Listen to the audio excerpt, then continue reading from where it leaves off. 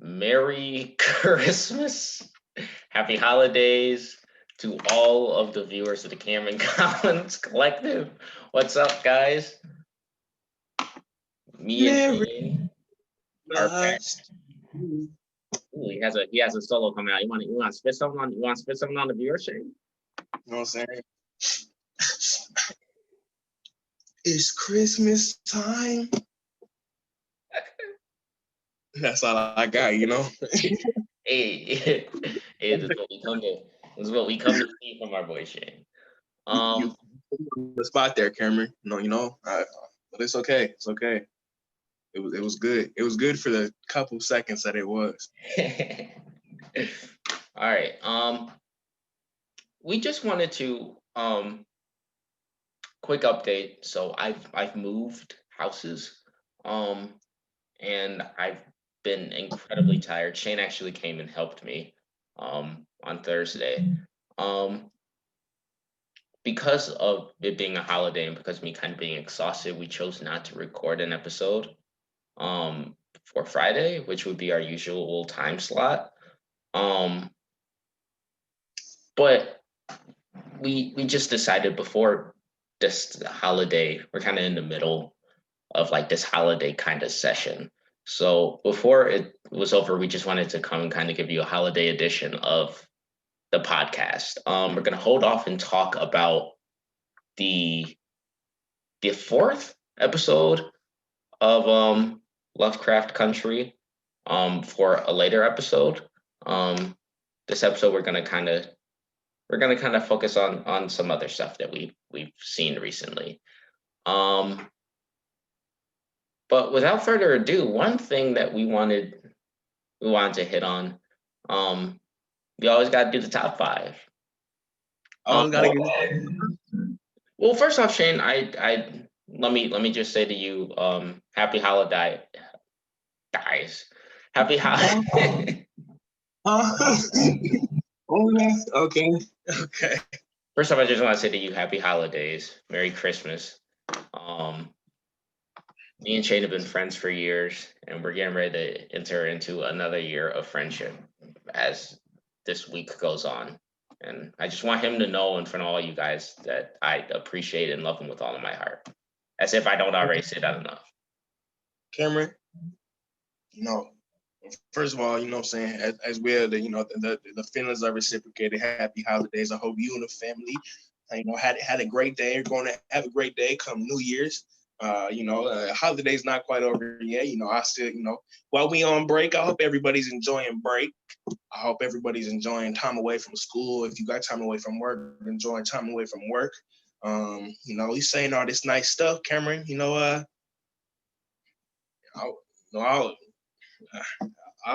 be honest.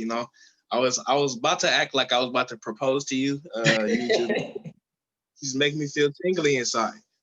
So I just thought it was the right time. So I don't got the ring. So I'd be a I'd be a bad spouse. So no, holidays was good, man. I hope it was for everybody as well. Yeah. Before our top five this week, we were thinking about those, when you're a kid, throughout the month of December and especially in the like week leading up to Christmas and on Christmas Day, there's a block of programming that you watch that's tailored towards the holiday. Many classics that we grew up watching, many of which you guys know and love. And we were talking. Hold on. Cameron, give me real quick a rose, thorn, and a bud. Oh, yeah. Real quick. Just it don't gotta be nothing crazy. Let's read through it. Rose. I've moved into a new house. And mostly 25 to 50% moved in, which is good. Thorn. I've been the most tired I've ever been in my life this year. And it's weird. This Christmas seemed like like I recognized that it was Christmas, but then at the same time, it didn't feel like regular Christmas, because of COVID and all the other stuff. Um, so it's just a weird year. But I guess a bud would be we're approaching that new year. 2020 is almost over. They're getting in a couple of shots at the end of the year, but we got one more week. And I know it's dumb to assume that like the second the clock strikes 12 on January 1st, 2021, that like everything that was bad in this year is just gonna go away. But at least it can give us something else to aspire to and look forward to. Mm. And yeah, those are my rose, sword, and bud. What about you, Shane? Okay, my rose, me and the Dukes is settling down on getting getting some new additions to the family. We trying to adopt some kittens and cats. So I'm excited about that. We've been trying to, at the beginning of quarantine, we were looking at some pets. Just we was like, man, it'd be cool to have, while we stuck in the house all day, it'd be cool to have, little homies to chill out with. But it just didn't happen. So recently we've been really looking at it. We did some pricing. I'm excited for that. I'll keep y'all updated on that. But it should be sooner than later. Thorn, uh, you know, my back hurts a little bit. I know I'm I'm kind of chilling. Stuff is getting better. I got a plan. Got a mental plan. I should really start writing stuff out. So I don't really got much of a thorn for y'all. That's good. But like Cameron said, about to be 2021. I always got aspirations. I know it's like I'm a big advocate of like, don't talk about no one really does this now because the internet is good and bad parts of the internet. The good part is internet was like, bro, that new year, new me stuff, cut it out, dude. Like bro, it's stupid, bro.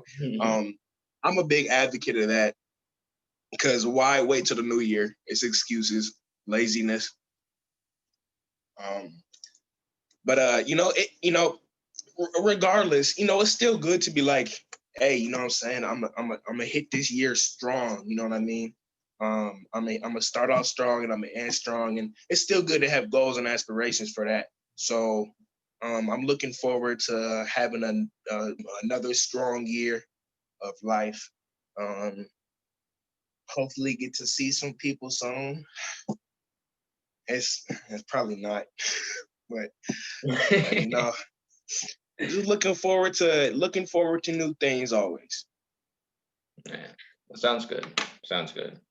I think we all have been kind of pressing through and trying to see through the end of this year and make it count for what it's worth.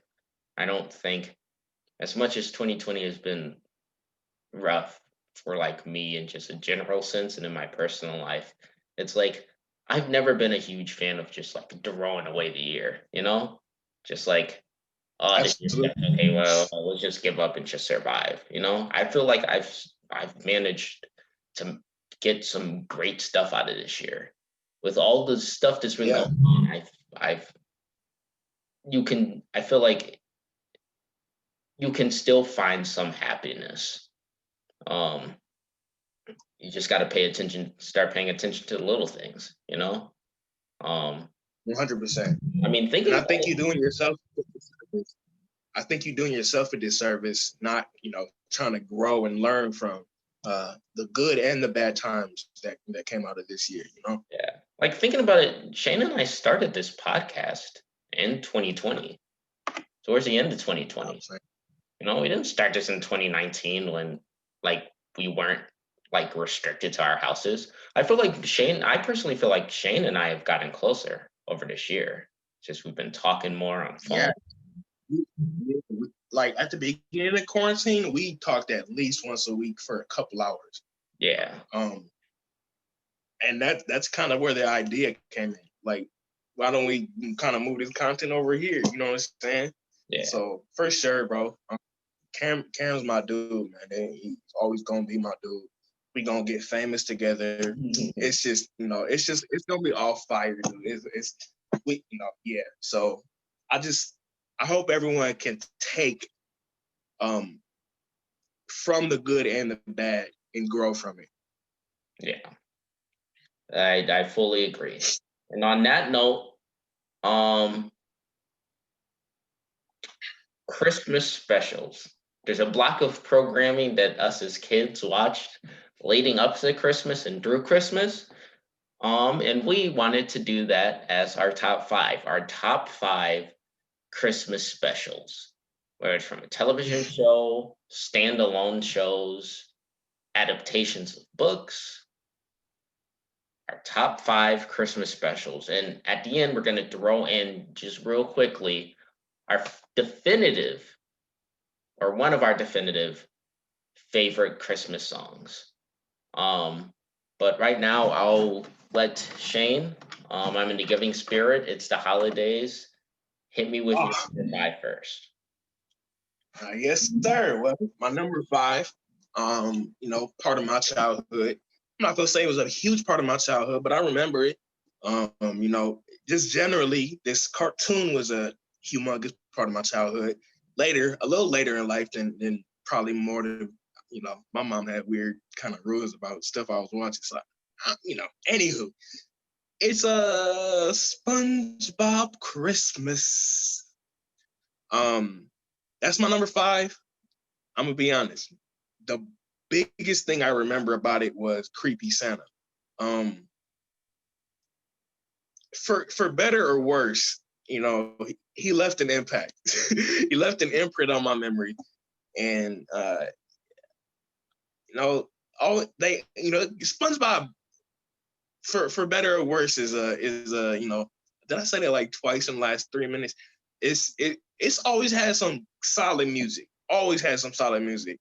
We could darn near do a top 5 SpongeBob songs. I don't even want to get into all that, but SpongeBob always coming with the great music. Creepy Santa. They changed up the animation. It was cool. I enjoyed it. It was nice, lighthearted.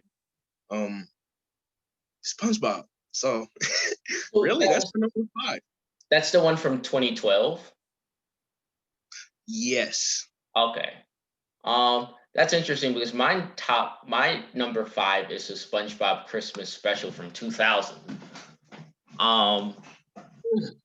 Where Sandy tells SpongeBob about Christmas, and he's like, "Ooh!" So he goes around getting everybody hype about it. I think that has a killer song in the middle. It has a real funny. Santa's coming tonight. Santa's coming tonight. Santa's coming tonight. I just thought that was so funny. And I think that was one of the earliest examples of seeing like Squidward actually does care about SpongeBob. He acts like, I think SpongeBob annoys him and he needs his space, but Squidward does love SpongeBob to a certain degree. He's not going to let him just die as much as he would like to have everyone believe.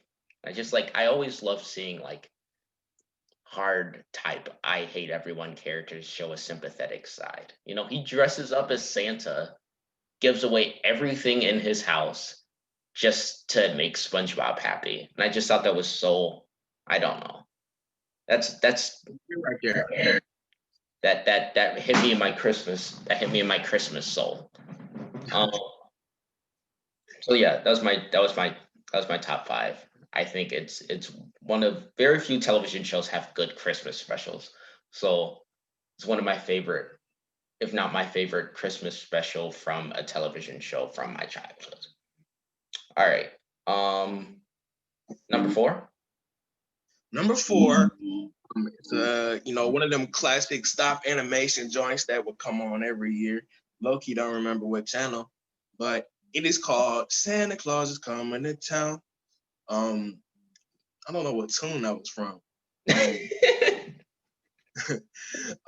But okay, so this one, the biggest takeaway from this one, and my favorite part of as a child was when they came across the Winter Warlock, and he was kind of a menace at first, but then my boy Chris Kringle busted out in the song.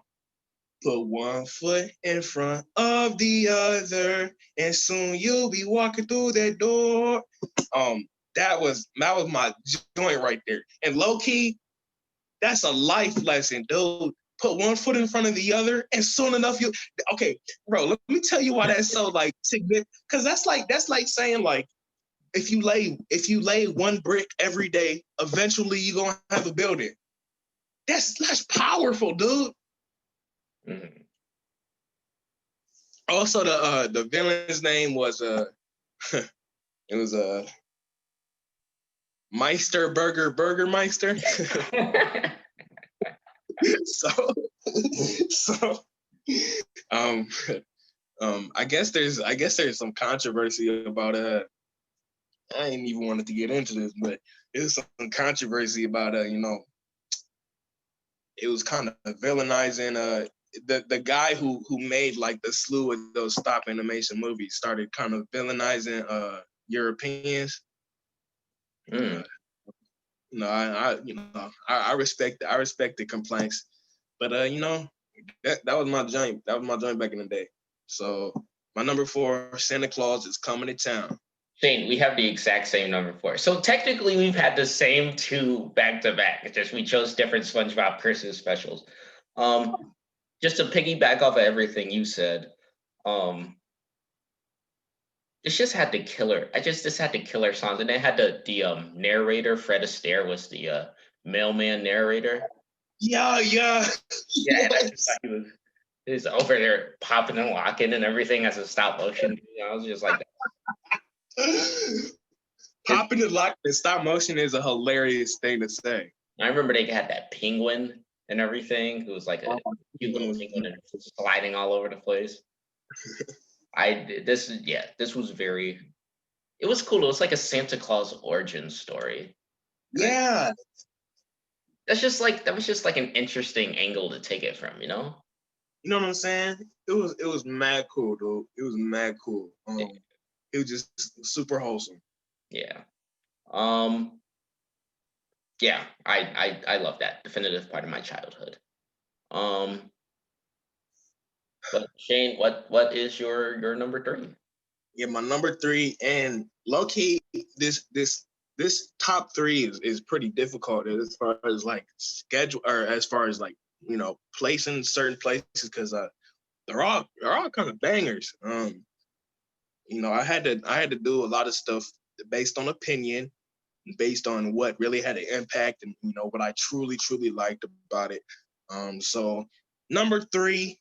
It would be higher, but I just can't put it above my top 2. My number 3 is The Nightmare Before Christmas. Everybody knows the movie. You got your boy Scrooge. I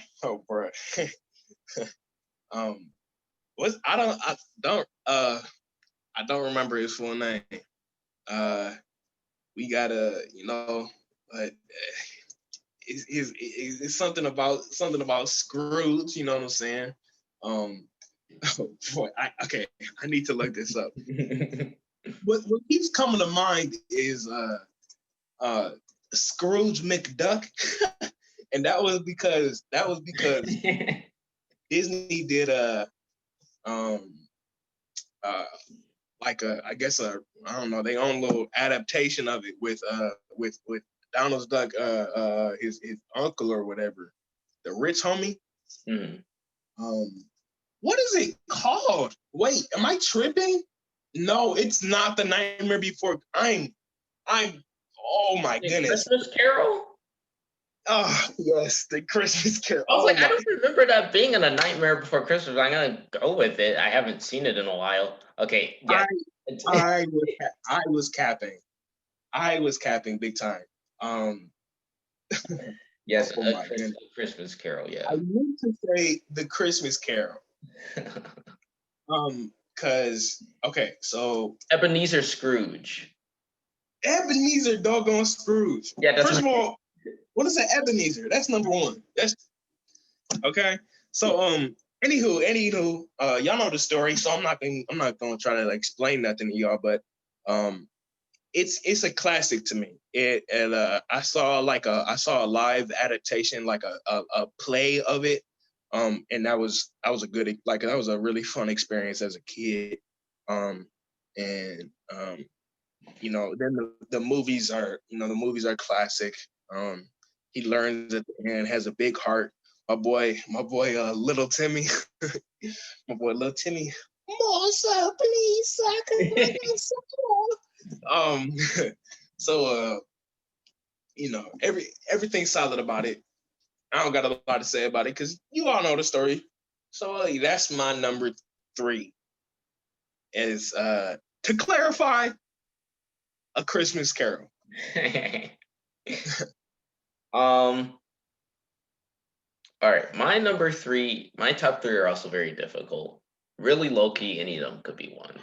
But my number 2 and number 1 are just too tied to my childhood. My number 3, right below, it's up there with all of them, is How the Grinch Stole Christmas. To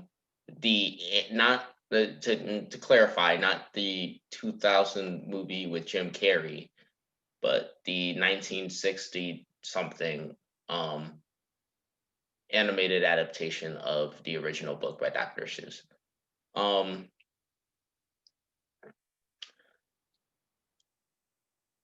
This is just like, I think all 3 of these top ones have just classic songs, you know, just the whole "You're a mean one, Mr. Grinch." Oh yeah, that's It's just, like those things where it's just like, that's just such a brilliant thing. I don't know how someone thought of that, It's just like, timeless. was the guy that like came up with that song on like shrooms or something? And he was like, I'm just gonna start, and then the dude looked at it and he was like, what, this might just be brilliant. I do not know the story behind that song. So I just think that song is just so like, it's just the song is a classic aside from the special. It could play outside of Christmas time and I still rock with it. Like it's that good. It's one of those Christmas songs that I will jam to aside from the holiday. Right. It's just so it's cold, and then just like, I remember it used to always scare me when the Grinch would be sliding down the chimney and then he would get stuck. I think that gave me claustrophobia when I was younger, because I was just like, oh. I was like, if that happened to me, so whenever someone would try to put me down holes, I would be like, no, because I don't want to end up like this, because that looks so uncomfortable. In my head, it wasn't like this is a cartoon. It was just like, oh, ooh. And just his heart grows 3 sizes. And I mean, the book is a classic. Right. But actually, was it a book or was it something Dr. Seuss created for? I agreed with you 100% without knowing the details. So, well, yeah. These. Oh, either way, fantastic, definitive part of my childhood. One of, if not the coldest animated children's Christmas song to exist. So yeah, that's my number 3. That's fire. Yeah, I don't know. His little like that big like evil, I don't know, it's like sinister smile that he gives. That's just like an iconic picture. Yeah, that used to mess with people. Yeah, I forgot about that one too. Oh yeah, all classics. My number 2, we're gonna continue with these classics. It's called The Year Without Santa Claus. There's two reasons, okay? Both of their last name is Miser. Big reasons I'm a fan of this movie was Snow Miser and Heat Miser, but specifically Heat Miser. That's my dude. I just always been rocking with Heat Miser my whole life. If y'all ain't heard the song, it goes a little something like, I'm Mr. Heat Miser, I'm Mr. Sun. And then he has, he has little homies, like little son homies who go doo-doo-doo-doo. It's just music is such an important part to me, like for anything. Music is just generally incredibly important to me. So this one, I always rocked out to some Heat Miser and Snow Miser. But Heat Miser was that dude. And that's the biggest part. That just has such an impact. I've always my pops, when I wasn't keeping my hair as well, he called me Heat Miser one time because of the way my hair looked. So oh yeah. We gonna fight one day. I'm gonna fight that dude one day. I'm gonna fight him when he's old and crippled. But I'm gonna get him when he's down. That's messed up. I'm just playing, Pops. You know that. So yeah, that's my number 2, specifically for the music and specifically for Heat Miser and Snow Miser. All right. My number 2, and I could honestly swap my number 2 and my number 1, but for the purposes, part of the reason why this is my number 2 is because of it has gained some amount of controversy over the years, for certain elements, that, they're dated elements, but I will never be able to say that a Charlie Brown Christmas is not one of my favorite Christmas specials of all time. I think this was where the famous piano scene where they're dancing like originated, right? Like like was that the one? Yeah. There was no. I don't remember there being a dance that. I mean, I grew up in the 2000s. I was around during the Soldier Boy time. I was around during the Nene time. During all those TikTok dances eventually. Well, not TikTok dances, but Fortnite dances. I was around during all that time. There is no dance that I wanted to learn how to do more than the. You eating that joint, Cameron? I was just like, that's just the coolest looking thing in the world. And I just think it had some just beautiful musical sequences. Like, I think the Peanuts got a lot of kids interested in jazz at an early age. And I just had some of the most beautiful like musical sequences where it was like this can appeal to people of all ages, not just like kids, you know? Right. This is just and it's weird. I don't remember a ton of like the plot of that one. It's just those like iconic moments that pop up. 100%. You can't help but have it this high. Now some messed up stuff. This may have been the Thanksgiving one, but I remember Charlie Brown invited that one black kid over, his one black friend, and he was the only one sitting on his side of the table because white people weren't ready for, I don't know, black and white kids to sit on the same side of the table.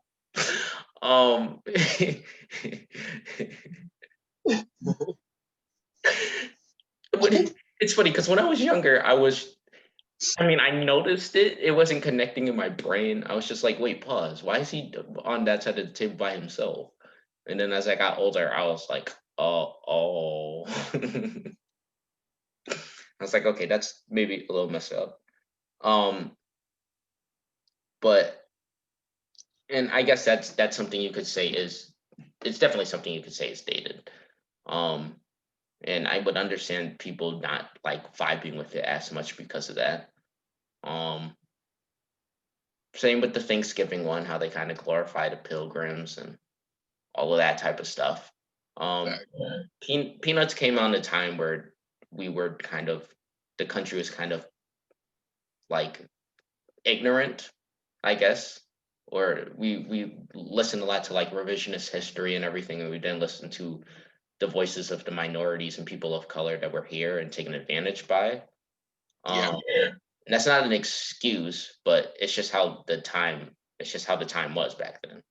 Um, and I think thankfully we've grown, but that is maybe one of the biggest reasons why it's my number two and not my number one. Just because it's just some elements that are like we can't have a black child sit on the same side of the table as all the other. Why even have him in there? I would rather just have like another white kid, honestly. I would rather have just like another white kid in there than the one black guy and then you isolate them. Just like put a black guy in here to segregate them from the other kids. I don't know. Um, at the end of the day, classic. And to be honest, like I'm sure a lot of these Christmas movies, especially like these old stop animation joints, is pretty dated as far as the content, Of um, or outdated as far as the content. You know, it was just part of our childhood. We know better now, you know what I'm saying? So hopefully none of y'all are like, oh, this guy is horrible. You're not talking, y'all. Relax, relax. We know. Um, yeah. So all right, Shane. Before you get to your number one, okay. um, what's your favorite Christmas song? Well, I'm honestly stuck in between two. Okay, that's cool. Um, my first, uh, for the reasons of I've just heard like some very beautiful renditions of it, or you know, covers of it. I mean, Silent Night has always been a very beautiful song to me, especially when it's sang well. Everybody can do it justice, but when you get some soul behind it, when you get some, you know, history behind it, it hits. It hits. It don't hit all the time. It, it's not a song you can just throw on in the car ride. You know what I'm saying? Keeping up the festive moods. It's a mellow song, but it sits well with me. But and then the other one gotta be I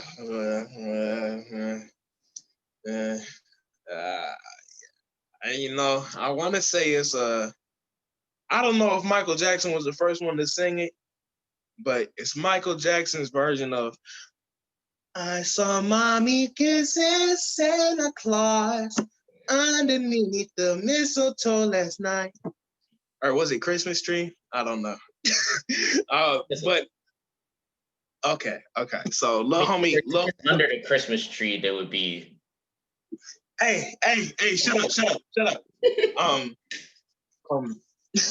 so yeah, it's in between those two. Mini Mike was that he was one of the most. I don't know if there was a child with more talent than he did than him back in the day. So I'm gonna have to give it to Mini Mike on this one. Mm-hmm. Those are my personal Christmas favorites. I also, to be honest, this was kind of a hard decision because I'm under the belief, and I'm so happy that Chance the Rapper dropped the album, holiday album. But I'm under the big belief that we need new Christmas music. I'm sick of it. I'm sick of it. Yeah. I understand tradition, but guys, Guys, y'all don't want to hear nothing new. We in this progressive state as a country. You know what I'm saying? We trying to change stuff up, like, make shake things up. Y'all still listening to jingle bell, jingle bell, jingle bell rock. What? Bro, if you give me a hyper, bro, what kind of, bro? All right. Anywho, Cameron, let me know what your favorite Christmas song is, brother.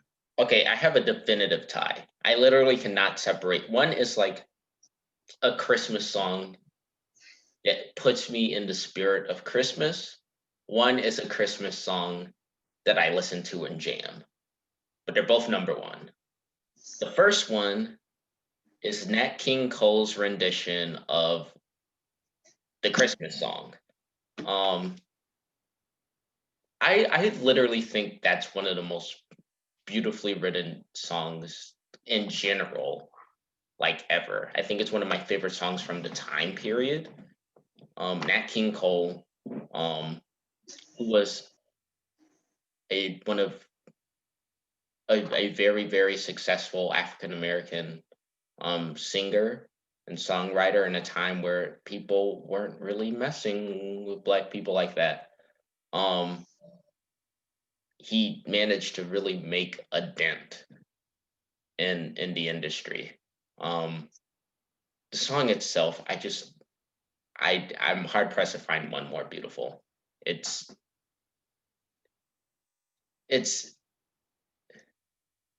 if I'm offering one simple phrase from ages 1 to 92, all has been said many times, many ways. Merry Christmas to you. I don't know. It's poetry.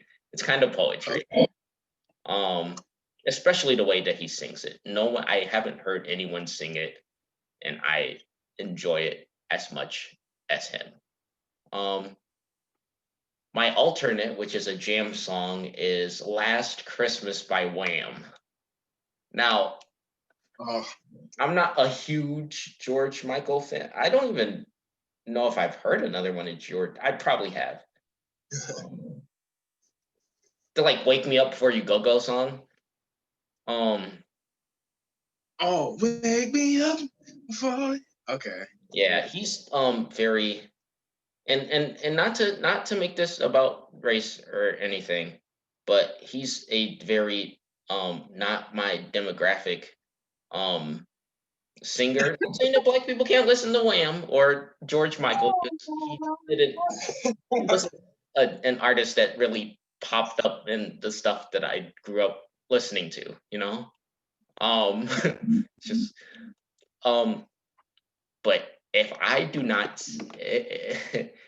if I don't say that I jammed out to this song every time it came on the radio, my dad would turn it on me and my brothers in the back and we'd be, last Christmas I gave you my heart, and the very next day you gave it away. You'd be up there karaokeing. My parents would join in at times. It was a jam song. We'd be up there. That's a real one right there. But yeah, in general, most Christmas songs are great. I do agree with Shane that we maybe should maybe consider adding some more to the list. But there's very few Christmas songs that I do not like. I can't readily think of one off the top of my head. You know, we got like All I Want for Christmas is My Two Front Teeth. It's a classic. Or I Want to Hit. Oh my goodness. Yo. Hippopotamus for Christmas. Or we got Have Yourself a Merry Little Christmas. You got a freaking It's the Most Wonderful Time of the Year. You know, it's just classic after classic after classic after classic. This. Oh my god, dude. I'm totally tripping. I want a hippopotamus for Christmas. I want a hippopotamus, I do. That was my joint right there. Oh my goodness. Let me hit you with the lyrics one time. I'm not gonna be able to sing this on. Never mind. I forgot how it went, so I'm not gonna butcher it. But low key, the picture they picked, I don't know. I'm just finding it suspect because I'm hypercritical, but it's okay. That was still my song, regardless of questionable pictures. Yeah, most Christmas songs are. That's why Christmas will always be my favorite time of the year because it's just so much joy. Christmas is really the only holiday that has songs anyway. But every Christmas song most every Christmas song that has ever been written has been great, and most are considered even classics. So that's that on Christmas songs. Shane, what's your number one favorite Christmas special? Yes, sir. My number one Christmas special, starring the man, the myth, the legend, Tim Allen, the Santa Claus. I believe I saw this for the first time on Disney Channel. This might really be a Disney Channel original. I think it was released in theaters. They came out with two more after this. They weren't as good, but that's why I have the first one as my favorite. Tim Allen, I think he was the perfect Santa. It showed it was just a regular homie at first, and I believe some stuff happened. He burned a turkey, so they went to Denny's for dinner. It was just he kind of started off kind of like looking like a bum. You know what I'm saying? Kids wasn't really rocking with him, and then from what I remember, I think he scared Santa Claus. Santa slipped off the roof, and then homeboy either RIP or he just got knocked the mess out and he never returned. He probably went on vacation, took his vacation days, and he probably has unlimited vacation days. So, basically, Tim Allen, his kids take the reindeer to the North Pole, and slowly but surely, Tim Allen, I want to say he was skeptical, kind of bummy father, turns to Santa Claus, and it was just a big part of my childhood. I watched it every single year it came out for a long time, and so this was a classic. I remember I used to live with my grandmother. We would the family would watch it, so it was just great memories for me. Tim Allen, solid dude. That's my number one. Cameron, put me here. All right. My number one is one that Shane has already mentioned. My number one, definitively, nothing.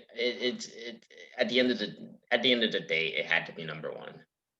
It's A Year Without a Santa Claus. Oh, This just kind of had a perfect. I feel like this kind of had a perfect story. Santa Claus for years. He's an old dude, right? For years, he's been flying around, getting these presents, bringing them all his kids. No one ever takes into consideration. This is an old man. It's just like it just asks the question. Does he ever get tired of doing this? Does he ever get tired of all this work? And like, if there's someone that deserves like time off, we go to our jobs and everything, our 9 to 5 jobs and everything, do stuff. We get vacation periods, this dude literally has to take note of what everyone wants in the world, fly all over the world and give people presents. I don't know if there's something more exhausting than that. So he's like, hey, I want a break. People in the world aren't jerks. So they're like, you know what? If anyone deserves a break, it's Santa. So we're going to give him a break. And they're like, you know what? In fact, to show him how much we care about him, we're going to give him presents. and all these kids run around and give him presents, do all this stuff. But there's this one little girl, and she's like, Santa, like, I love you and everything, but like, I'm not gonna lie, this having this Christmas without you is it's gonna be a blue Christmas. Which I think is one of the most touching, heartfelt, like, songs in anything that I've seen. How the little girl's tear on the letter dissolves into Santa's tear. At the same time, there's a side story. One of his reindeer get lost. Yeah. They hop over to this town that doesn't get any snow and everything, and they're like, let's let it snow in this city, for once. And that's where the heat miser and the snow miser come in. They had this roast together and everything, and they were roasting, and Mother Claus was trying to play like the mediator in the beginning, but she was like, you know what? I'm tired of this. You guys are grown men and you're doing all this. I'm telling your mom. And they're like, wait, wait a minute. And they're like, bro, see what you do. And I don't know if there's a thing that comes. Nothing is, they got the heat miser songs, the snow miser songs. You got the that song where the mayor of Dixietown is talking about how it'll never snow, and then when it does snow, you got the song that he sings. You got the Blue Christmas song. You got the final song where Santa is like, you know what, I gotta do this for these kids because this is my job, and if I let these kids down, I'm not gonna be able to deal with myself. I just think it's the definitive.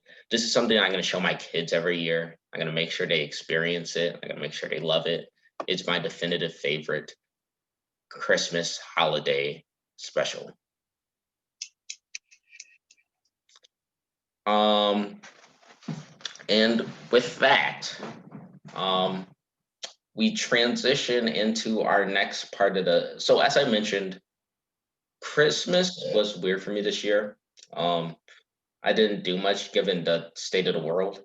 And just like we were moving, I was tired. One thing I did get to do though was watch a couple of movies, as did my friend Shane. First, I'm not sure about my audience. I know a lot of people you guys have probably been introduced to it. You guys have probably seen it. You guys have probably watched it. You guys probably experienced it years before I did. I for the first time ever, I watched Hamilton. And this musical has the most annoying fucking fans on the face of the earth. I'm sorry. It's you guys suck.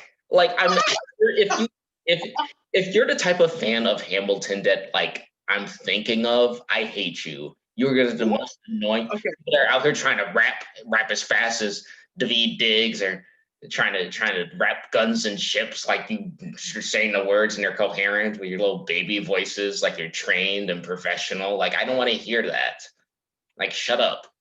People that just kind of like, this is like the people who act like they've never seen anything in the world before until they experienced it. For years, that was the reason why I didn't watch it. I was like, I don't feel like just falling into line with all the like everybody that's simping over Hamilton. I mean, it's a musical. It can't be that good. And on top of that, I mean, it's like, come on, it's really not that hyped. I watched it. And I was aware of my bias, especially during the first act, especially during the first song. I don't think I'm ever going to like the first song just because it's been ruined for me to a point where it's just hard for me to. It's not even like it's a bad song. Okay, I gotta clarify. So, I know what you're saying about, like, I definitely get you, like, David Dig is rapping so fast, like it's it's God's like you ever heard the Twista Busta Rhymes? No, okay. Anyway, like that's not the point. That's not the point, right? And yeah, they'd be like, I'm doing this like not really saying words, you know what I'm saying? Like I'm like, bro, you don't got the words, don't get it. Don't, you know what I'm saying? Work up, work up. Now are you saying they're annoying because they hail it as like just the greatest of all time? Are you saying it's annoying because of memorization of songs? I don't know. A lot of the sorry. Go ahead. A lot of the theater kids that, and I'm really not trying to call anybody out. If any of you, I'm really not trying to make you feel bad. But I'm really not trying to make you feel bad, homies. But the theater kids I was around in high school, it's like they made it their personality. Like I like Hamilton, you know. They had the Hamilton gear. They had the Hamilton downloaded the Hamilton stuff on their phone during free time. They would play the songs and be up there dancing. Oh, I'm not going to take away my shot. Not taking away my shot, which aren't even the words. I found that out watching it. Everyone would say taking away and is not. They said that? Yes. Oh, so they fake super fans? Oh my goodness. And a lot of this, so those are what, like, these kids were so corny that, like, one of my favorite songs, and I'm going to get into the praise first in a second, but one of my favorite songs in the show is Your Obedient Servant.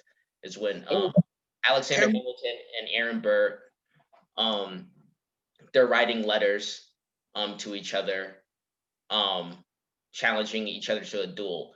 When I first heard the kids sing it, I thought this was the corniest song because they had like kids going, "You be your servant." I was like, that sounds like a Chipmunk song.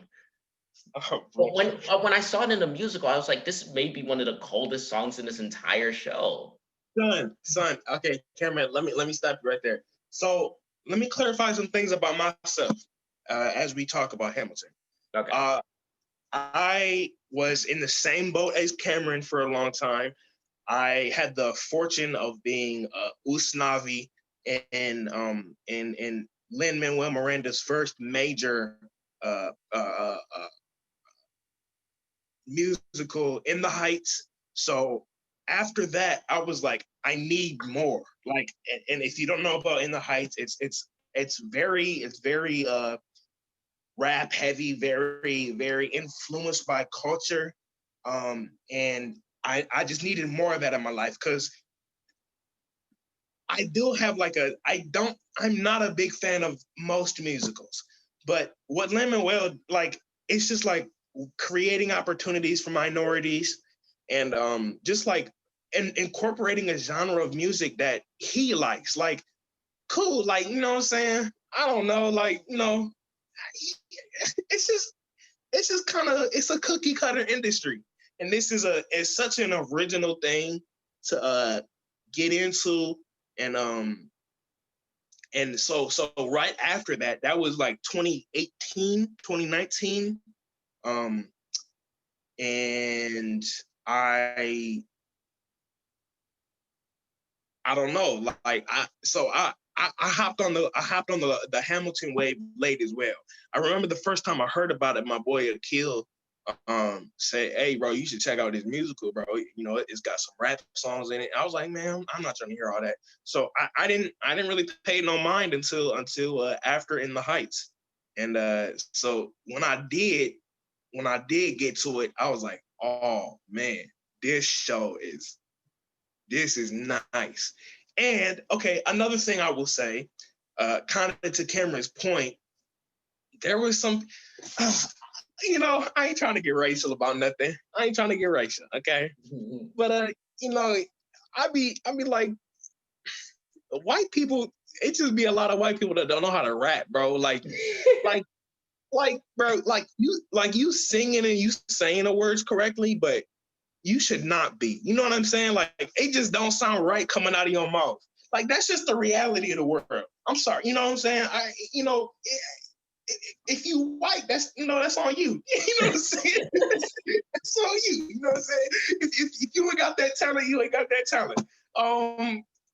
And going back to the guns and ships, or I get it.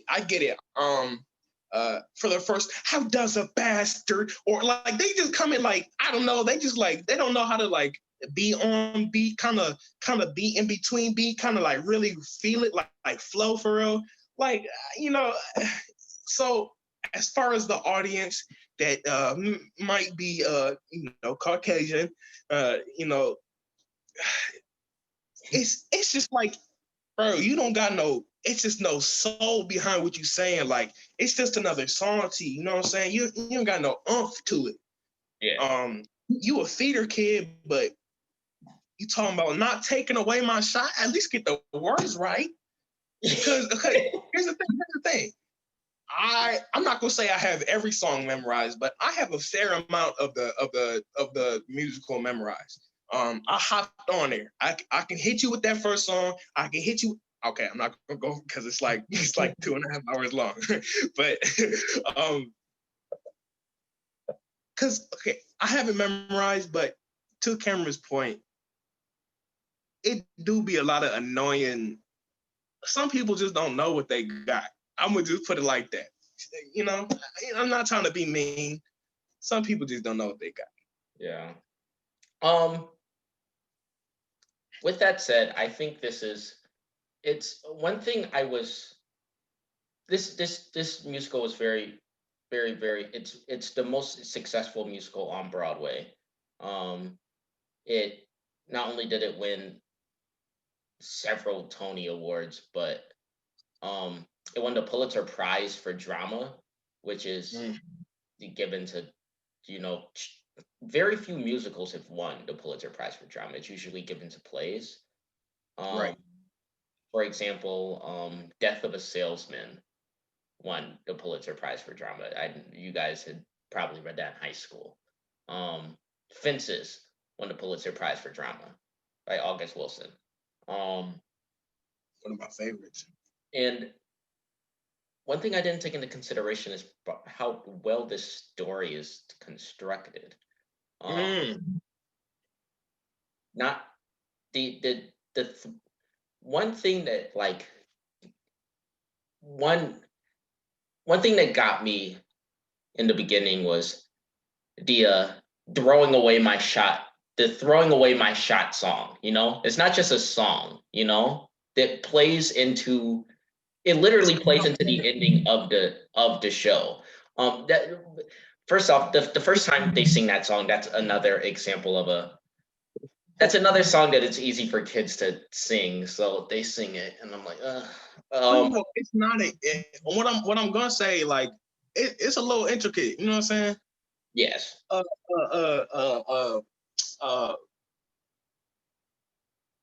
Bro, I ain't even gonna get into it, man. But first of all, Cameron, it's called My Shot, so have some respect. Oh, that's number one. Have some respect. What?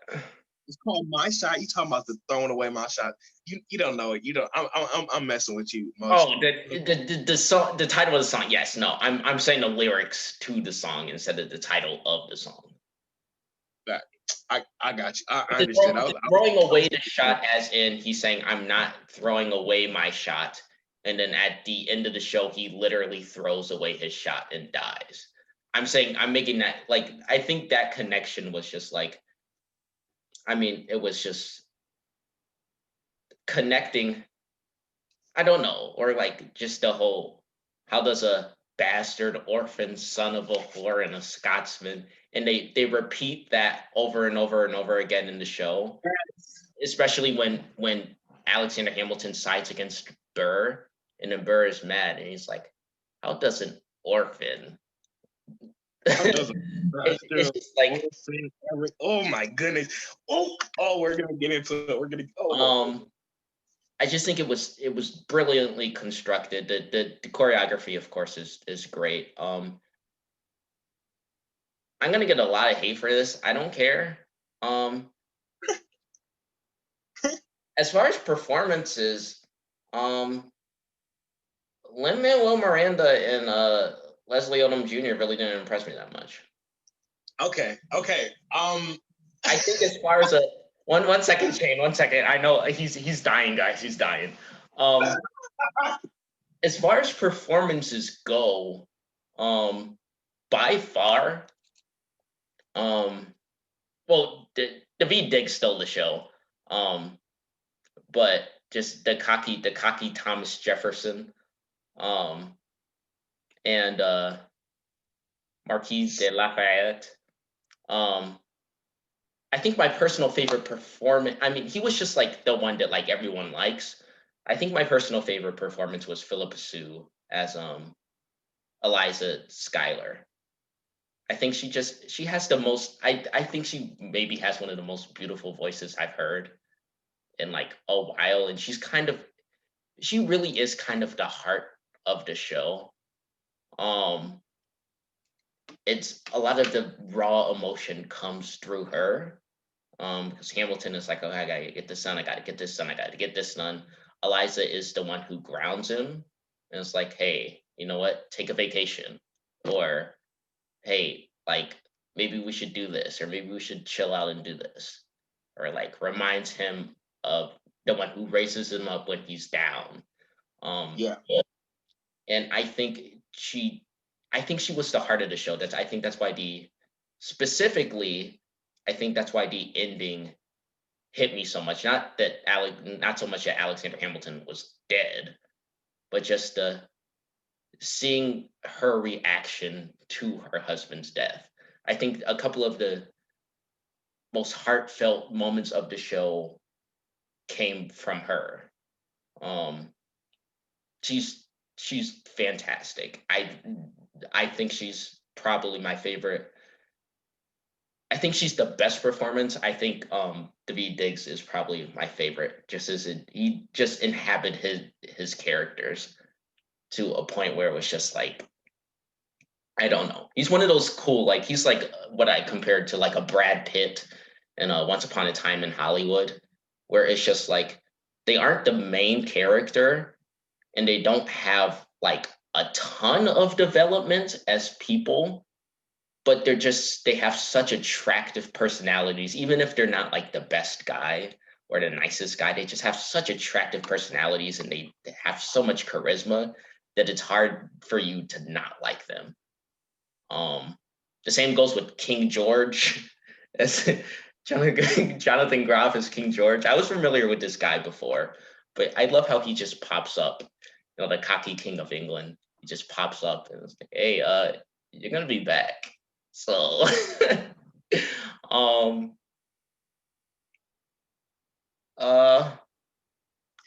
think those were the but okay, back to my comment about Lin-Manuel Miranda and Leslie Odom Jr. Okay, so I don't have a lot of complaints about your comment about Lin-Manuel Miranda.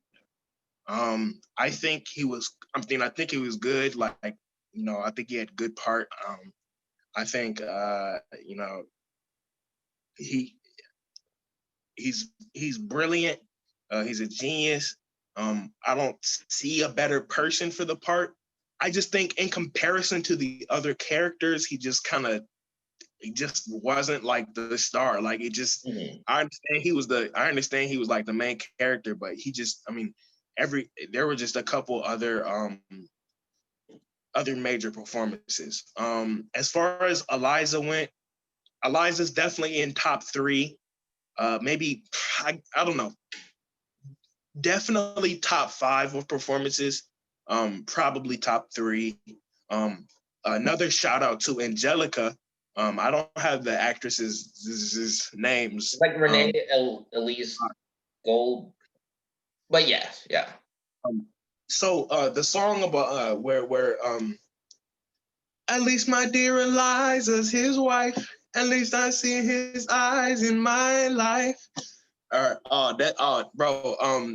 And then so that what's the actual song called? Is it the song when Eliza and Hamilton get married? So there's that one, and then right afterwards, Angelica's reflecting on her Yeah, decision like about that same scene from her perspective. yes. Yeah. And first of all, I'd like to say, touching back, because I have a lot to say about Hamilton. I don't think the show would be nearly as good as it is, and I don't think it's talked about enough how how how how well done and how hard all of that choreography was for 2.5 hours. They were working on a spinning stage. The set was great. Um, oh man, some of my favorite moments when they were like passing the letter for Guns and Ships. When they were like passing the letter to everyone and it came around back to Hamilton. I mean, it just like stuff like that. The way they incorporated the moving stage, I think that's such a slept on part. Shout out to all the like ensemble members. Musicals are not nearly as good as they are without ensemble members. They provide so much, and you don't even realize it. So I just want to shout that out. I'd like to say, while I look up this song real quick, oh, it's called "Helpless." That's right. And I know she'll be happy as is right. Oh, so when I saw the Disney Plus version of Hamilton, Helpless, I cried. I think like single song performances, probably one of my favorite. It was just like because she was just giving up so much. Like she was sacrificing her happiness um or she was sacrificing her happiness for her sisters. She was giving up so much. She's like, I have this position as an older sister. I gotta, even if I love this man, like I gotta marry to someone who's rich, and I gotta, even if even if I'm not very emotionally attached to him. So one of my Helpless was really great.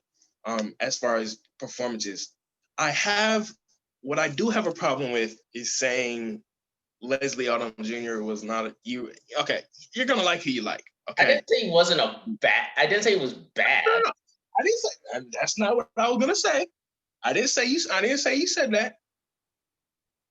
But I personally believe he had the best performance.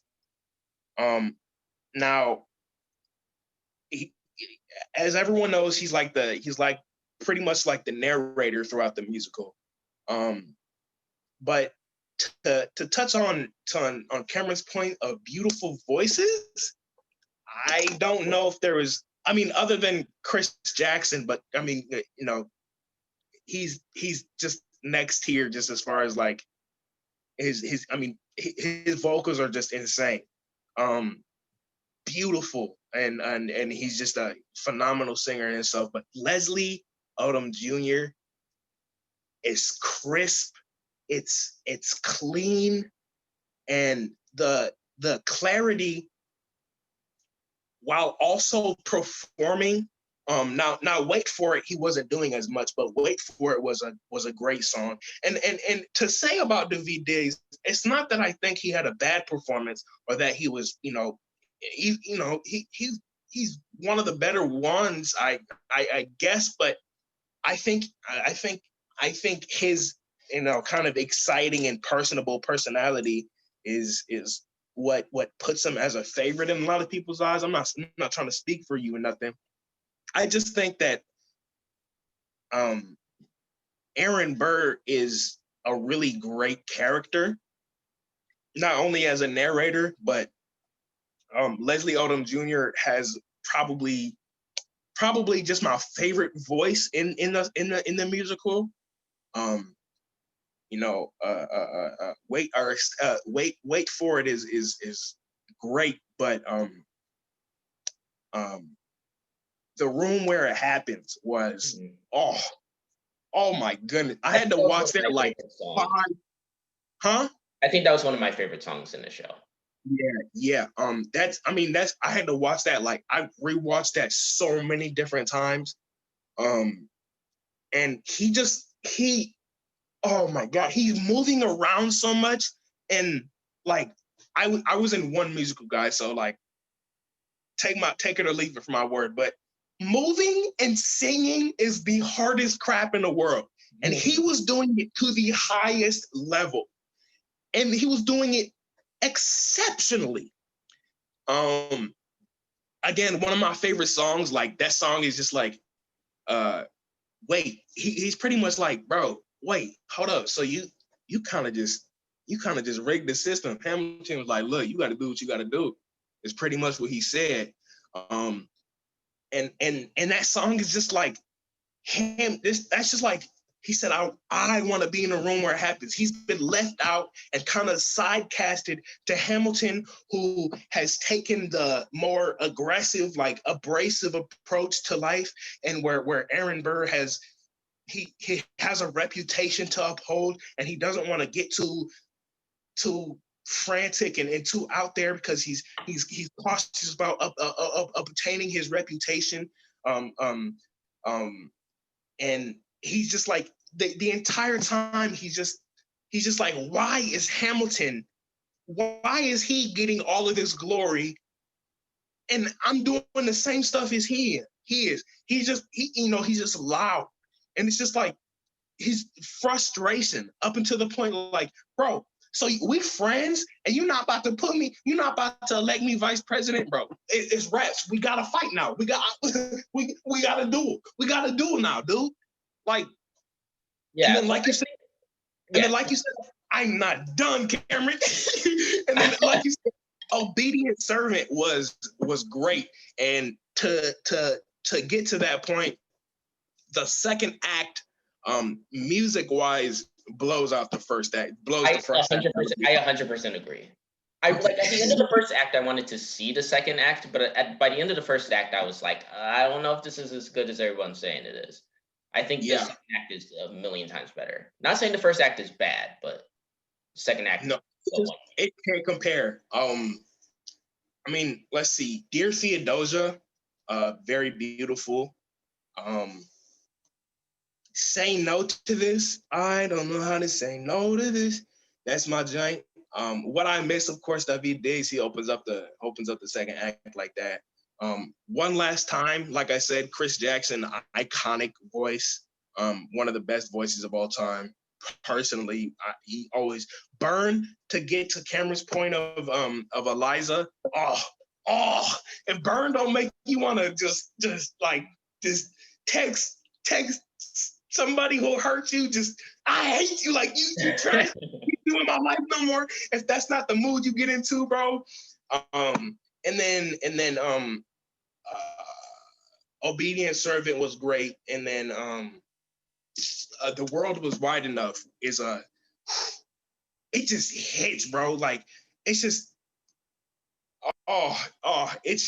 it's just like Cameron said, it's constructed so beautifully. Mm-hmm. That's a great point. And I'm sorry for going off on a rant, Cameron. No, you're good. I knew discussing this we wanted to wait to do this on the podcast because I know that Shane is very passionate about it, and I had never seen it before, so we can never really have a discussion. Yes, I will agree with you that Aaron Burr's character, I think Aaron Burr's relationship and kind of rivalry with Alexander Hamilton is probably, as far as like a story point, probably it's obviously the main focus of the show. And I think it's probably as far as the story, that's where I was like, okay, this is actually story-wise. I mean, this musical isn't just a bunch of like great music. You know, this is a tightly constructed story. Which I thought was, it reminds me of there's a play in a movie called Amadeus, between the rivalry between Amadeus Mozart and Antonio Salieri. I think his name is Antonio. His last name is Salieri. They were both composers and musicians. But Mozart was like flamboyant and more popular and everything. And there's rumor that Salieri killed Mozart because he was jealous. And it's a great movie, and this reminded me a lot of that in just a different vein. I liked how the political debates were in the form of rap battles. That was interesting. I liked how certain they would repeat lyrics from songs previously. Like thinking about it, Angelica, how she was, who I also thought she was very good. How in in her first song, was it Satisfied or Helpless or Satis? Helpless. She says something like you'll never be satisfied, I'll never be satisfied. And then when Hamilton cheats on her sister, she's like, basically says, I told you would never be satisfied. I knew you would never be satisfied. And something like that. And it's just like those connections were just brilliant. I like the costumes were great. How the actors would distinguish between the characters from the first act and the characters from the second act. I think, yes, I agree with you. Daveed Diggs is the more showy, theatrical performance. And I get that. I think just like the whole like rapping with a French accent, I just think I don't know. There were certain things that he would do that it was just like, oh my goodness, and he had that little stride as Thomas Jefferson. Yeah, he's just, oh yeah, dude, yeah. It's so fun though. It's so fun. Like whenever he's on screen, you're like, oh, it's about to be good. It's about to be a good time. Or during the Reynolds pamphlet, how he's hopping around and with the papers, and it's like, you're never gonna be president now. I just thought he was. I just think he made me. I'm gonna admit I'm not a huge history buff. There were moments where I was very confused. I think he was the character that would pull me back in, or at least make me want to keep paying attention and not zone out.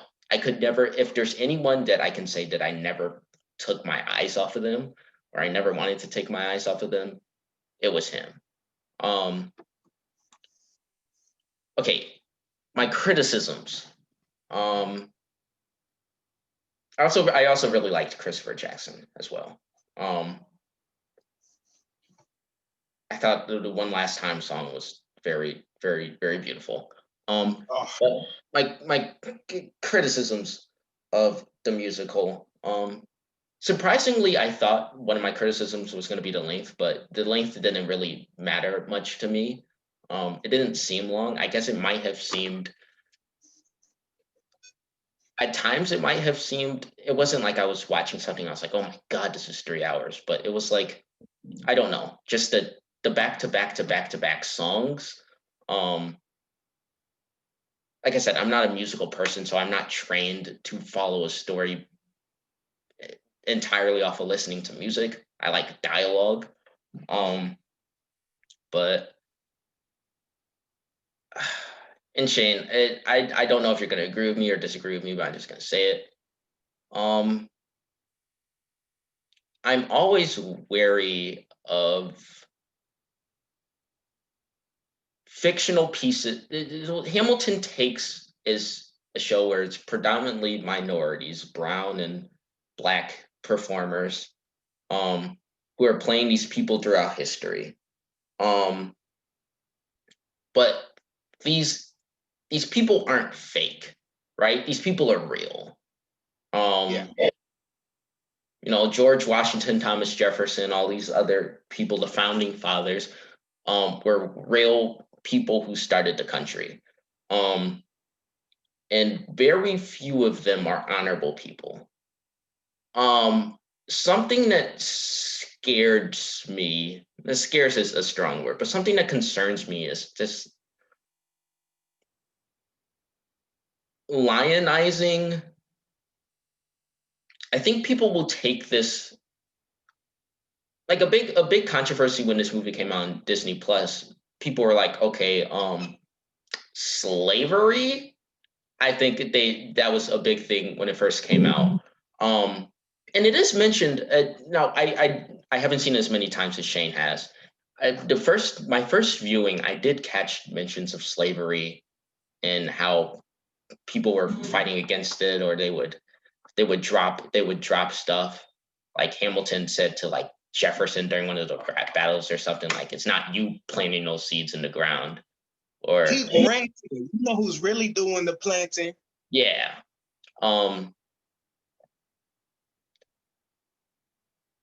I would just like, especially the one that really got, I don't know much about Alexander Hamilton. I don't think many people do. Um, the one that really kind of was like, was George Washington. Um, Christopher Jackson played as a standalone character. Um, he's kind of like the most honorable. He's kind of like the honorable veteran type person. Right. Uh, who really was kind of like, I'm not cool this is a fictional. It is a it he did a lot of research, and it isn't like he was making up stuff. He did research to get stuff historically accurate. Um, but it just concerns me people taking this stuff for face value. Like they walk away being like, okay, yeah, George Washington was like the perfect president, right? Okay, to be fair to Cameron, the people who are recognizing this and who watch this and are just like, oh yeah, that you know that totally happened. No, I get, I yes, mean, I get that like people that take like art or artistic representations at like face value, they really can't be trusted. And I understand that a lot of people who have watched this show have looked at it and been like, as a show, as a production, this is great.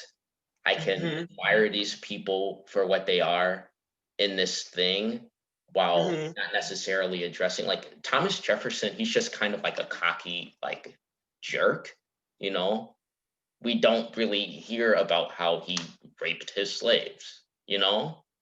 Um, Slavery isn't really even mentioned in this, and I think it would have been tricky. I mean, it would have been tricky. Like, who was going to play the slaves? You know, who's going to be the slaves? yeah, It's like it just gets tricky, and it's not necessarily essential.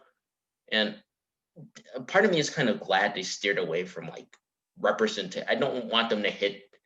Part of me didn't want them to hit it too hard, but then again, part of me didn't want them to ignore the way they felt about it. It felt like he hit it enough where it was like it's there, but he wasn't harping on it. It seemed like most of the politics in the show dealt with the government and the economy and stuff like that.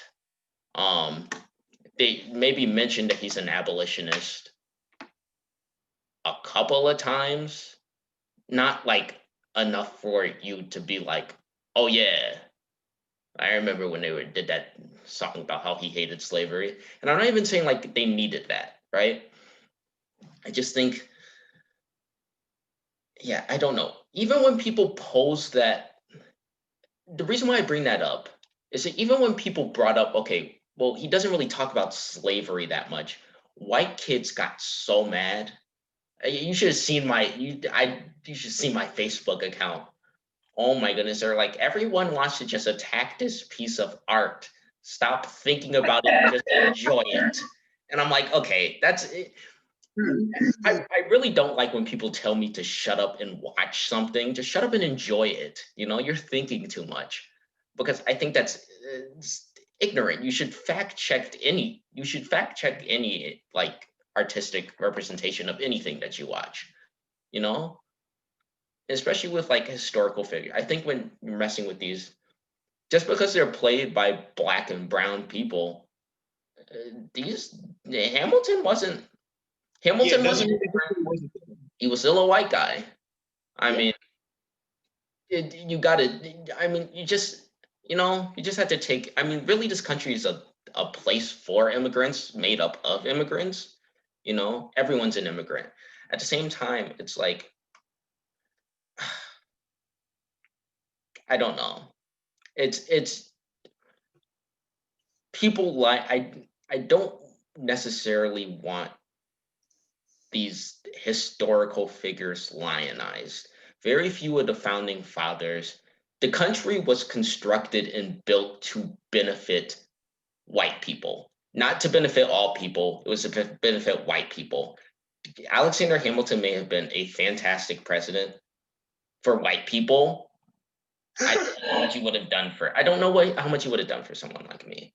So just the biggest thing that like was just kind of like, I don't want, you shouldn't, I don't know. The founding fathers, this country is far better now than back then. I don't think it, I would not want, I don't know if I would want Alexander Hamilton to be my president now, Oh, I wouldn't want George Washington to be my president. He would be, I would be a slave. So it's lionizing these people. You remember how they used to sing in history class? Oh yeah, George Washington got used to have wood teeth. But the story was that the teeth were from slaves. Yeah. Just this, I don't know. First That of was all, my biggest, that's my biggest. to my 10th grade, Mr. Bellers, you're a horrible teacher for teaching me that. So I just want you to know that. As well as I really don't like AAPS schooling. And I've been anyhow, that's a story for a different time. Yeah. But oh man. So Lee, we're gonna wrap this segment up in a bit. This show is fantastic. I had to give credit where credit is due. I've avoided this show for years, but Lin-Manuel Miranda is he's a genius. I don't think you can. I don't, as far as combining history, pop culture, rap in a like a tight, cohesive, interesting, intriguing story. I don't know if I've seen a musical that has done that as well as Hamilton has. And it's interesting with how, with two shows, I think there's people that have made more great shows than Lin-Manuel Miranda has, but I don't know if there's anyone that has had as big of an impact as Lin-Manuel Miranda has with the few shows that he's made, if that makes sense. Absolutely. He's only made like, he wrote like the lyrics and song, as far as like, he wrote the lyrics and songs for like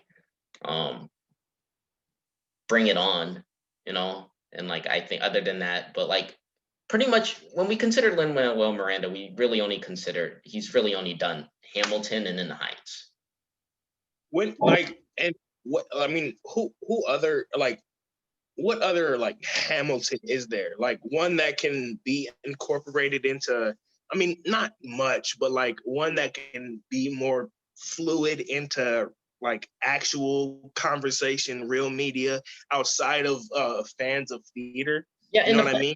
the fact that Lin-Manuel theater is dying in the United States. It shows shut down incredibly quickly because they don't get money. The fact that he was able to make a hit. I mean, yes, people were making hits before this. This was not the first successful Broadway show, but Right. I mean, the Phantom of the Opera dropped in the 80s, right? When people were going to the theater constantly, Yeah. For him to make a show this popular, this successful, in 2015 is when it debuted on Broadway. Like, that's already in of itself. He already had to work it was already coming from behind. So I don't know if there's anyone who's made two shows that has been this had this big of an impact on like literally a generation. Um, and hopefully he keeps making stuff. I really do think the best is yet to come for him. Um, if you haven't seen it, you should definitely, most of you have seen it. If you haven't seen it though, you should definitely watch it. I definitely recommend it. Great performances, great singing. The ending, I admit, if I was in the building, I would have teared up There you go. and maybe even cried. And that's not a reaction I have to many shows or movies. I've never cried during a movie. I've cried during one opera at the end after it was over and I left out of the building or left out of the theater. Then I started to cry a little bit. But it's very heartfelt, very great performances, great music, great choreography, great costumes. It's fantastic. And I'm willing to admit that. Fans, you're still annoying as hell though. And if any of you, even more so now, the singing of the songs is going to annoy me. It's just like when you hear it done right, you know, and someone comes up, hey, I'm not giving up my shot. That's just gonna make me mad now. I can't take it. It is just gonna make me mad. I'm surprised. How you gonna be a theater kid and not get the lyrics right? Like, you know, I was friends with a couple of hardcore theater kids, in high school. You know what I'm saying? You know, how you gonna get them? How you gonna get them words wrong, brother? Like, it's the biggest musical in 20 years. Like, what are you talking about, bro? Like, yeah, it's mad disrespectful. Bro, tell them to shut up right then. Tell them one time. Tell them if they try it, bro. Be like, bro, what you say? Say it again. Say it again. Correct them. Make them feel bad about themselves. Yeah. I'm toxic right now, so But yes, I definitely recommend it. I don't regret watching it. All right, Shane. Just to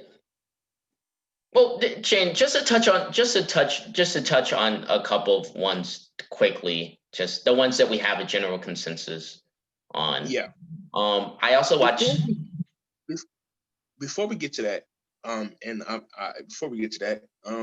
Cameron, I had Cameron recommend some movies to me, and I was able to watch one after I helped him move. I couldn't find a bootleg version, so I just put in a little order on YouTube TV or YouTube. It wasn't much of nothing, but it's called starring Al Pacino, Dog Day Afternoon. I don't know if I ever saw this movie. It was familiar. Like, you can tell it inspired so much in cinema. Like, you've seen like similar circumstances in countless films, TV, etc. Al Pacino I've been sleeping on dude for many a time. He like I didn't do much history looking into it, but like and it is something I kind of wanted to ask Cameron. Like, some of the moments really almost seemed improvised. Like a lot of it was like, it didn't seem like it was in the script the way they was like talking and interacting with each other. It just seemed like it was a bunch of professionals that had a theater background, and they knew how to just go from the gut. Like, they had like a structure. They might have lines to follow after, but the director's like, hey, I'm gonna give you the creative licensing to make this your own. And Al Pacino as well as John Cazale. I think John Cazale had I think just his part in the movie was underrated. Well, I don't know about underrated, but it was like I don't know, it was very well done.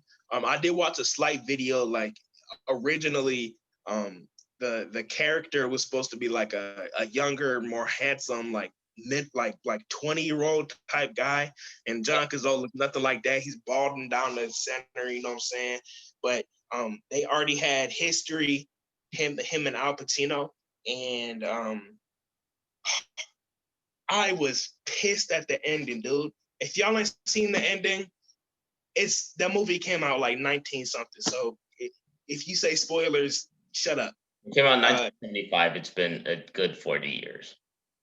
Right, exactly. I don't want to hear nothing about spoilers. So really at the end, he nearly after a grueling several hours of holding hostages and trying to get out of this bank, because it was what was meant to be a 10-minute bank robbery in and out turned into a national coverage, national news, and everybody was on it. They touched on everything from homosexuality.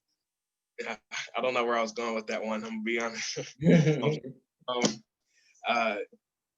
That was a big aspect. Al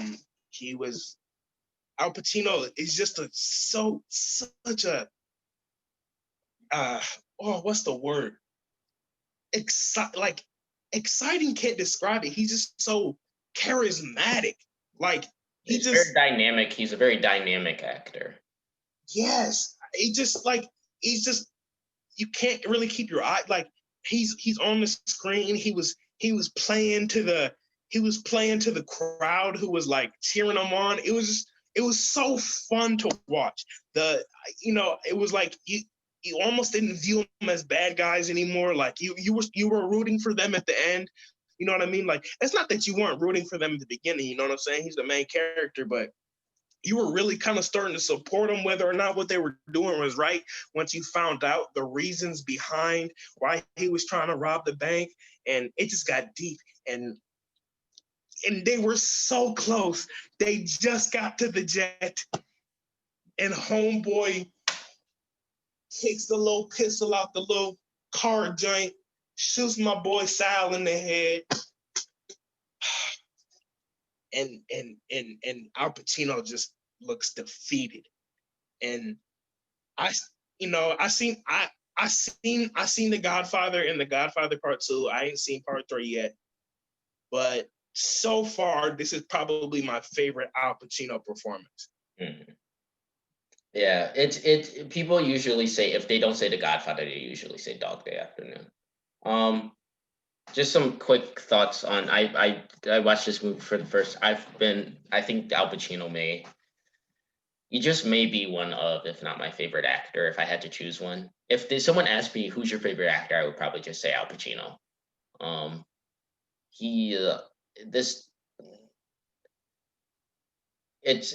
He's funny in this movie. He's charismatic in this movie. He's heartfelt in this movie. At times he speaks to his wife. He's lovable. You hate him. You want to smack him in his face. You want to give him a hug. He makes you feel so many different things towards him and about him that towards the end, when and Shane made a point. They have a cab take them to the airport. They're gonna go to Cuba, so they won't get prosecuted. So they're gonna go to Cuba with the money that they got. The unfortunate thing about that is that never was gonna happen, and it's strange how they could. He plays it in a way where he doesn't know that. And I just think that's what makes it so heartbreaking, is that he's convinced himself that there's a way out of this, when in reality, the second any police officer showed up to the bank at all, it was going to end that way in the first place. He gave himself hope. And I feel like that's why I feel like he's a sympathetic character, because like the crowd is cheering him on, at the same time they're mocking him. The only people that believe they can get out of this are him and his friend Sal. And I just think that's what kind of makes it tragic, and what makes you root for him at the end, because you're kind of like, you know what, even though this seems like impossible to get out of, you know what, like maybe what if he did, you know? Right. He plays. Um, He has you convinced the same way. Like it's delusional to everybody else, right? But mm, at the end of the film, you're like, he's gonna get away with this. It, you're like, he's so convincing. Oh, this was one of my. Go ahead, Cameron. I'm sorry. yeah, I'm sorry. and yeah, so it's definitely one of my favorite. I think it's definitely one of my favorite Al Pacino performances. I am a Godfather fiend, so I would not put it above, as far as his performances go. I would not put it above The Godfather or The Godfather Part Two. But if there was a third one, it's definitely in my top five for me. I think it's definitely one of the ones that, like, if I were to tell someone to watch an Al Pacino film, you know, the Godfather movies are kind of long. If I were to tell like a newbie to watch an Al Pacino film, this would probably be the first one that I showed them. Mm, Because it just kind of gives you, Michael Corleone in The Godfather is more laid back, more strategic, more cunning. Um, right.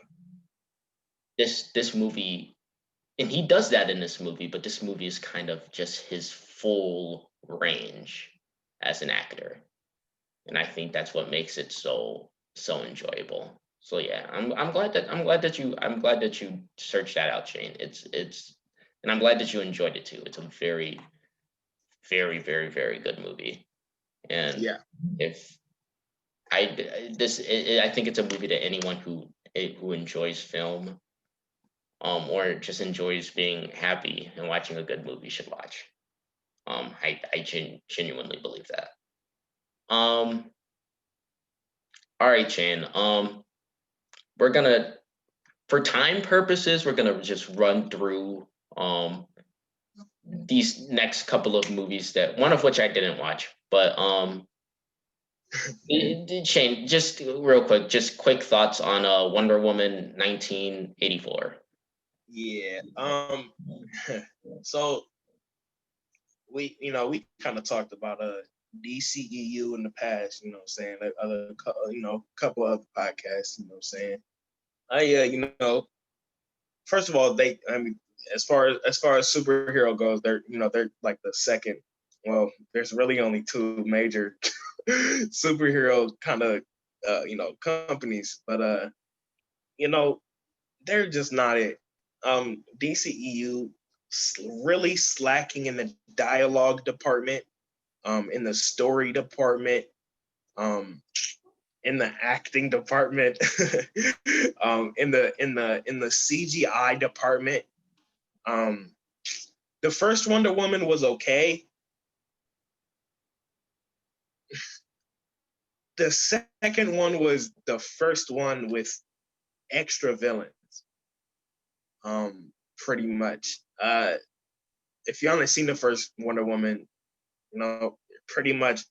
Well, I'm not gonna give away too much about 1984, but I guess it was cool they introduced a new villain for like an hour or for like 30 minutes. Like we only got to see like the villain in her true form for like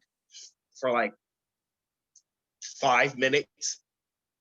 The main antagonist, uh he just was like a mediocre dude as far as acting goes. Like I was nothing very impressive about his performance. Gal Gadot, she's cool, but she's not super like I've never been blown away by one of her performances. Um, you know, like I said, like it was really just, they if they followed the same formula that they used for the first one almost to a T, just in regards to how they ended the film. Like, uh, you might lose stuff, but there's always hope type deal. It was just like it was corny. It was a wasted time. I can't believe some of these advertisements talking about, oh, this is this is what a blockbuster is all about. I'm like, bro, you don't shut your. I'm getting paid $20 an hour for this job ass up. Yeah. Like you don't, bro. You know that wasn't a good movie. It, you know, it was just overall a 3 out of 10. Ooh, I thought you were about to say 5. That drops it a bit. I don't know. I haven't seen the movie. I think I have heard a lot of negative things about it, not just from Shane. I think representation on screen matters a lot. I think that's why the first Wonder Woman movie meant so much. Right. Just like, I mean, just seeing a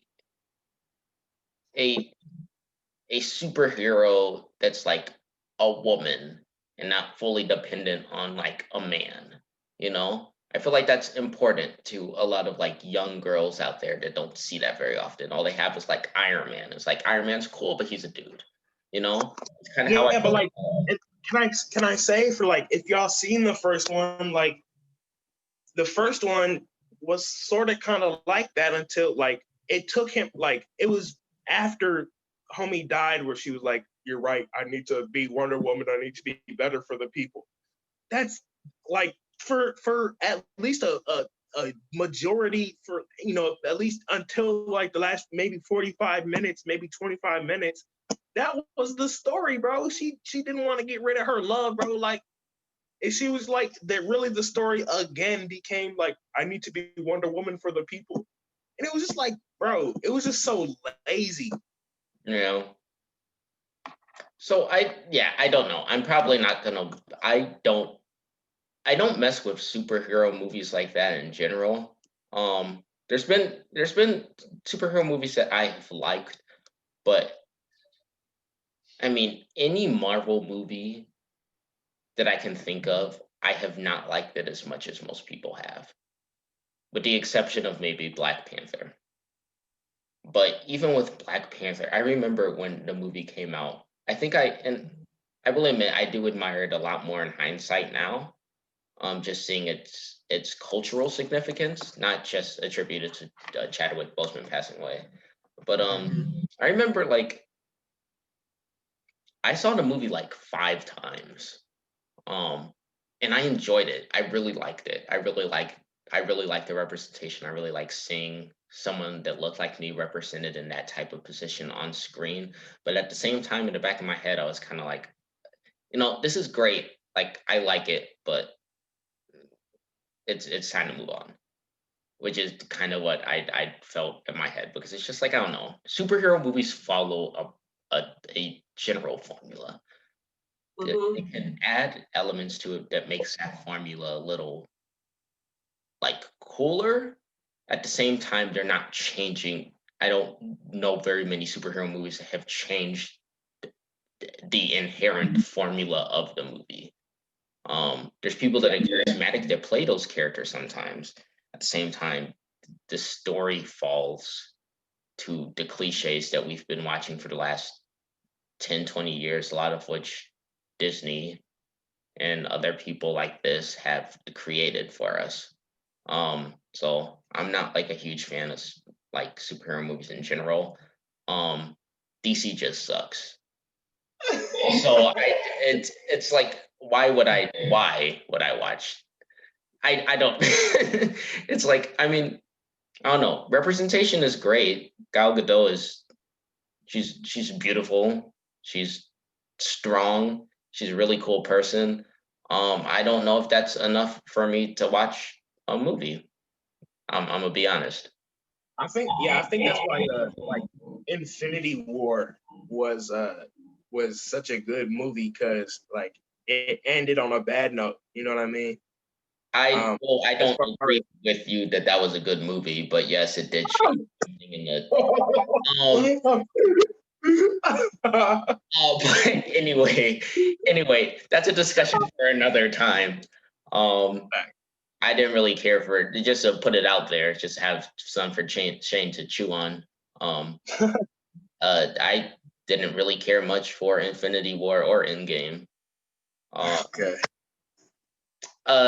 In general, oh look, I can catch the hammer. Henry, shut your hating ass up, bro. That's why nobody like you, bro. That's what I'm saying, right? All right. Last but not least, Shane and I both watched Soul. Now we don't have a ton of time to talk about this, but I think I think we have the same general consensus on it. We both really enjoyed this. We're both going to go back and watch it later. And we're probably going to even be able to identify and enjoy even more elements of it. Shane, I think this was like, as far as like animation goes and like writing, I think this is one of the better written Pixar movies in like a Period. It's like even the ending, and I'm not going to give it away. Even the ending isn't the ending that you would necessarily want in the conventional sense. You know, Yeah. it doesn't get like, not everything that everyone wants is obtained. You know, it isn't necessarily like it isn't necessarily like a quote unquote happy ending as much as it is the right ending. You know, as much as it is Yeah. a fulfilling ending. It doesn't give you the ending you want, it gives you the ending you deserve. Yeah. Huh? I tried to go. I think I did. Yes, I get what you're saying. Yes. First, authenticity.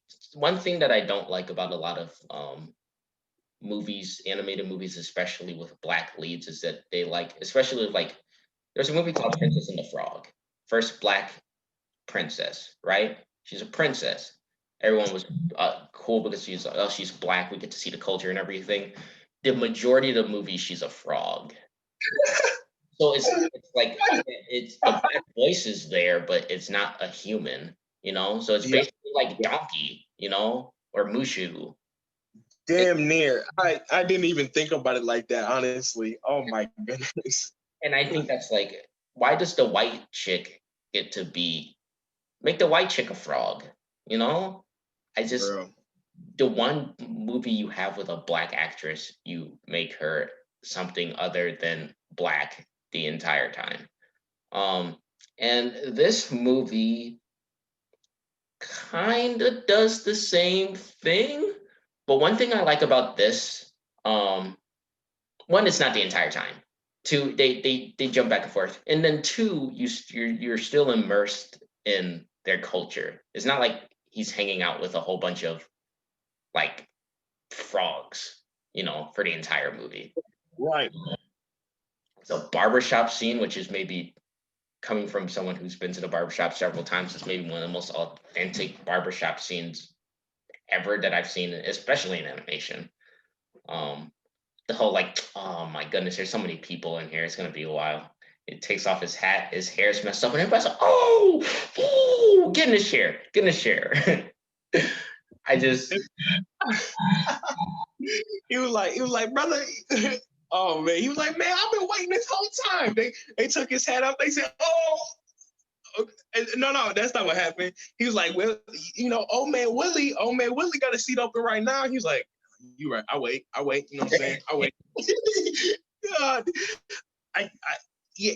Just going to what Cameron said, they just captured the authenticity, of Black culture, and aspects of Black culture so well. The humor, especially like in the barbershop, like as you know, as Homeboy was, you know, I don't know if I'm gonna put the timestamp in the description. So if you ain't seen it yet, go watch it or just skip this part. But when Homeboy started, you know, when Joe started talking about, or well, it wasn't actually Joe at that time, but when he was like talking about these crazy concepts, like everybody gathered around and like they was just like, man, hey, he's kind of right about that. You know, they heard that, you know, I believe that, you know what I'm saying? I hear that, you know what I'm saying? Just little things like that. That I like touching on, like just how they showed the haircut. It was just, that's such an integral part. Like that's such a it was just so cool to see. The haircut was crisp. They just captured it so well. The barber was like this big, you know what I'm saying, lovable. Brother got a luscious beard, full head of hair. Soulful. Everybody's got they whole thing about them. Like Cameron said, like obviously it's not the whole time we seeing them just in the human body, but like it was cool with what they did outside. Like it was cool what they did with him. It wasn't like you're a frog now. You know what I'm saying? Like yeah. You know, And I mean, it was like and they didn't spend like they spent a portion of the movie in it, but like a good portion. They break it up in a way where it isn't like, okay, this is going on for too long, which I feel now when I watch Princess and the Frog. And I just 100. and I just think it's just like, as far as like an existential, like this is a movie that a lot of kids, one thing I admire about Pixar is that they don't treat kids like kids. A lot of like kids movies or animated movies I can't watch because it feels like, okay, this is stupid. They Pixar goes out of their way to they're like, okay, we understand that you're kids, so we're not going to curse at you or talk about all this other stuff, but we understand that you're not stupid and that you can handle bigger things. And this is just like this is a movie about a guy having an existential midlife crisis, in a kid's film. It's like, what's my purpose in the world? Or like, what, like, if I get this, will I even get the fulfillment out of it that I want? Or like, what is fulfillment and what is purpose in like the world? What does it mean to have a purpose or have a thing that you love? Does that mean being successful 100% of the time, or does that just mean existing with the thing that you love? And I just like, that was just like, that's what interested me. So like, it's literally one of my favorite movies of the year that I've seen. I don't remember. I low key, it's my favorite Pixar movie since Toy Story 3. And Toy Story 3 was a sequel. So as far as original movies, maybe since Up, but then I kind of liked it more than Up. I don't know. I would have to do that. I don't disagree with you on that one. It was one of my favorite, easily one of my favorites of a long time from Pixar. Yeah. And then just last but not least, voice acting. Voice acting was great, and the animation styles were so, like, it's just so, it's very good. It's just very good. I won't say anymore.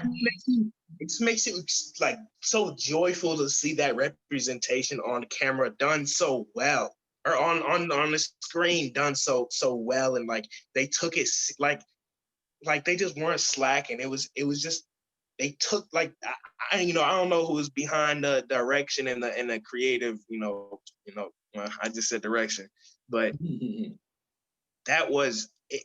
It was just so, it just made me so happy, dude. Yeah. Yeah. So we usually won't be releasing shows on this day. I just wanted to we didn't give you one on Friday like we usually do. Next week we're gonna be back to how we usually do it. I don't know. We may drop like a additional little 30-minute clip talking about the next episode, maybe. But we just wanted to give this episode slightly longer than most of our episodes are. We just wanted to give you a little something for Christmas, just a little something from us. We appreciate Christmas present. And I just want to let you guys know, Shane is always saying, I just want to let you guys know from Cameron that, like, I really appreciate everyone that's taken the time to sit and watch this, even if you're my friend, even if you're my girlfriend, even if you're someone that I don't know. The fact that you take a second and you sit down and you have fun with me and Shane each of these weeks, or if you even subscribe or even just watch one episode. We would want you to watch more, but even if you just sit down and watch one episode, we really, really, really do appreciate you. And we're really thankful for you and all the time that you've given us. And Shane, do you have anything else you want to add before we send them? I'm, Cameron got it. I've been on this every week. You know what I'm saying? But just again, you know what I'm saying? I've been kind of pushing it on some of y'all, but self promo. We trying to, support Black businesses. That's all I'm gonna say. Support Black business. Support Black creators. But well, not that I'm not serious, but for real, like it's just so cool to be able, like, I've wanted to put myself out there. I'm a big advocate of trying to make your own opportunities, and any support that comes with that, it means the world. It's hard to create opportunities, especially in my field. I want to, being, me and Cameron trying to go into him, directing / acting, me acting for real, but also, other performance. It's hard to make your own opportunities. So when you showing love, and when you spreading the love, and when you give it a little watch, even if it's 80 y'all, even if it's 50 of y'all, 100, we didn't get there yet, but we aiming high for 2021. We gonna hit that 100 view mark by 2021, cousin. We gonna get there. Yeah. It just means a lot.